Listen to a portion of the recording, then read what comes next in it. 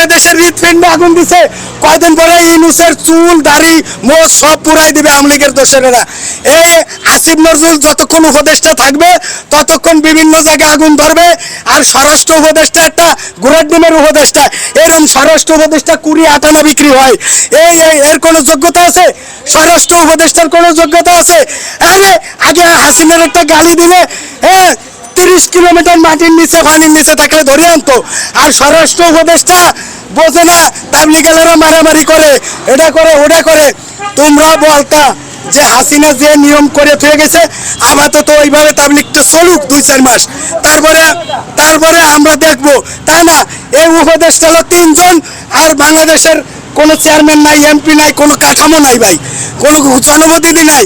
এই অবস্থায় উপদেষ্টা কি সারা বাংলাদেশ কন্ট্রোল করা সম্ভব না। কাজেই এই উপদেষ্টার 3/2 হলো আওয়ামী লীগের দোসর, আর এখানে চাকরি করে সেখানেও 3/2 আওয়ামী লীগের দোসর। ভাই আওয়ামী লীগে আগুন ধরাইলো, আর এই আমরা জনগণ এসে এই গলা চিল্লাই মাথা ব্যথা আর ভালো লাগে না। আপনারা প্রচার করে দেন আওয়ামী লীগের লোক 99.5% গ্যারান্টি আর ওয়ারেন্টি। আওয়ামী লীগের দোসরেরা যারা এখানে সচিবালয়ে চাকরি করে, আমি 17 বছরে এই আওয়ামী লীগ চেষ্টা করে এই এটার ভিতরে ঢুকতেই নাই।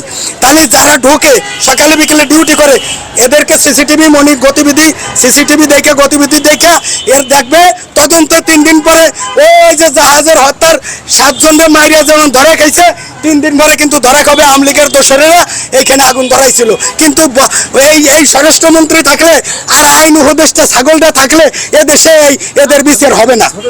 এই দেশটাকে ভারতের মানচিত্রে ঢুকাইতে চায়। অঙ্কটা খুবই সহজ।